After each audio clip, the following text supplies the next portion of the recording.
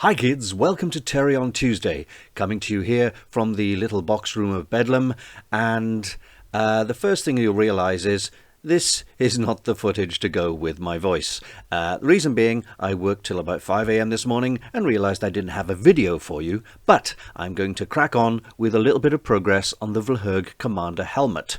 So here are the horns. I've been working out ways of what to make them out of to be as light as possible, so I think I've settled on a method. I'm going to make them out of foam, obviously, because they're very, very light, but also they need to be mounted to the helmet in a way that keeps them at that angle and they won't slide around. So going back to my drawing, the green lines have been adjusted by Mr. E, the guy who's commissioned this helmet from me. He wants them at a steeper angle. I think he's right there because I did them at a little bit of a curve. So we need something that goes in the helmet like a metal bracket that will hold them at that angle. So material wise, I went down to the local B&Q. For you Americans, that's Home Depot, and I bought 2 lengths of this. This is your standard foam insulation that goes around pipes and things. Coincidentally, this is the stuff that K9, Doctor Who's dog, has around his bumpers, around the edges. That's the stuff they used. Anyway, it doesn't take paint too well, but it doesn't matter because what I'm going to do is actually coat this in something once I'm finished and paint that instead. Probably some kind of white cloth material. It'll look very much like the original prop there. Now, in order to get that kind of twisted rope type look to it, my first thought was to wrap around a big length of aluminium wire because it's very light, it's very flexible, and it should squish the foam. But as you can see, the foam does not like to be squished.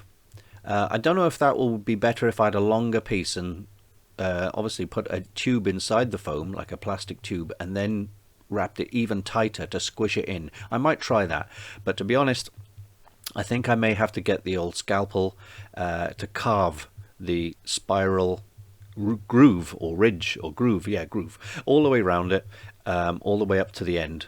So the horns will be separate. There'll be a left and a right horn, and inside the horns I'm going to put a plastic curved tube to keep the shape, and that will be made out of a child's hula hoop. You can buy hula hoops in all different sizes, and I think the size I need is 18 inches. That's the smallest type you can get, and they're not very expensive. So how am I going to mount it onto the helmet itself? Well, I decided to get on Tinkercad, which is usually what I used to use for designing stuff on my 3D printer, but I don't have a 3D printer anymore. But this is very handy to whack things together visually, just so you can see where you're going with it. So essentially it's a piece of threaded tube that goes through the helmet with 2 nuts on. It'll have some washers and stuff, and a curved bit welded on the front. Note to self, I'm not a welder, not anymore anyway. I don't have the equipment, but I do know people. Anyway, so as you can see, there's a curved piece at the front which the hula hoop pieces containing the horns will slide onto. I'll probably end up gluing those on unless they're a very tight fit. The threaded piece is so that I can adjust how far the metal bracket sticks out, and then once that's in place I can hacksaw off any extra threaded bar on the inside and make sure it's reasonably comfortable still to wear without having a hole in your head. As you can see, I'm spinning it around in 3D as best I can so you can get an idea of what I'm making. At some point you'll see the helmet go transparent so you can see the other nut on the inside.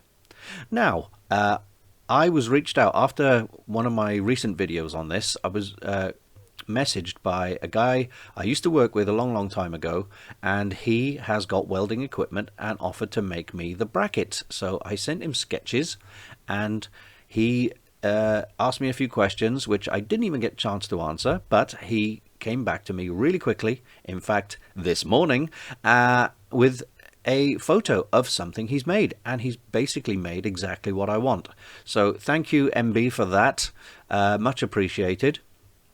That will save me a lot of time and hassle, and I think that will do the job fine. I can adjust it by obviously shortening with a hacksaw the studded piece, and I can actually, you get the hammer on the curved piece if I need to. It looks fine at the moment. The angles all look good, but if they're not quite right, I can always bend and hammer a few things until it's bang on, to for want of a better word. Anyway, so as you can see, not the biggest amount of progress, but a very important part. We're making some headway into the construction of the horns, and more importantly, the mounting of the horns on the helmet. Okay, now we're going to cut to some very badly dubbed footage again, I think. That's it for me. I've been waffling for too long, and this is a video where I didn't have a plan. I had nothing to show and tell, really. And I apologize for just waffling, but it does feel like, you know, I don't want to let another Tuesday go by without doing a video. So next Tuesday, remember, we have some news regarding Bloody Students. It will be a big casting announcement, and as you can see, I've gone right off sync again. So hopefully you found that reasonably interesting. I'm quite proud that I cobbled together a video out of practically nothing, but we're getting there. I've got tons of work on. I'm recording a book by Chris Lynch, Welcome to Neverberry, which is available on Amazon and Kindle at the moment, and it's absolutely awesome. You really got to go get it. And with that, I will see you next week, kids. Anyway, see you next week. Take care now. Bye-bye then.